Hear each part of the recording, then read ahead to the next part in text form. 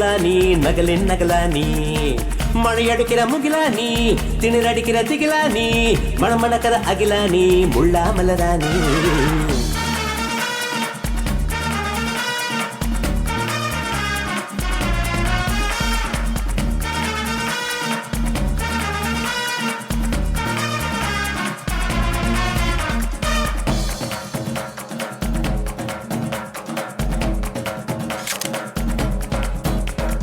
எட்டி தோடும் வயது இது